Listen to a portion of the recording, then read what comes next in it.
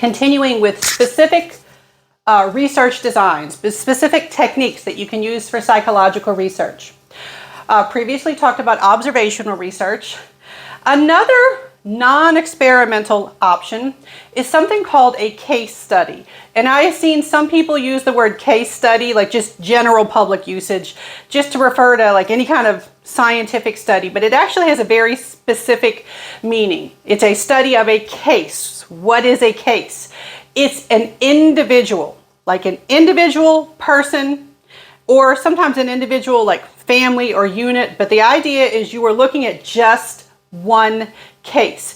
It's an in-depth, a very in-depth, highly detailed study of a single case. Now, if you're familiar with research at all, you might be thinking, well, wait, aren't we supposed to like have a lot of people involved in research? Why would we study one case really intensely like that?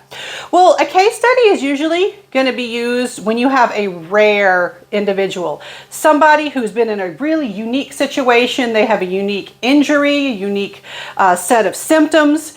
You're going to use this to learn a lot about a unique individual or unit of some sort. There are limitations to the case study, certainly. It is low in something we call generalizability. Generalizability is your ability to apply your results outside of your particular study. Ultimately, with many studies, we do want our results to be meaningful to people who aren't participating in the study, to the population at large.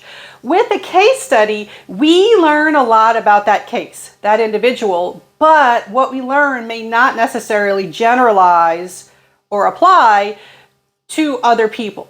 And so, that is an important limitation.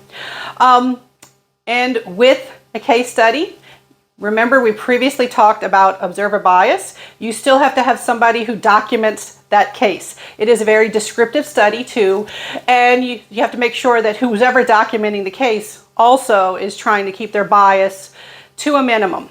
All right, so case studies are not the most commonly used technique in psychology. They are an option for some unique situations. They are one option, not a particularly common option.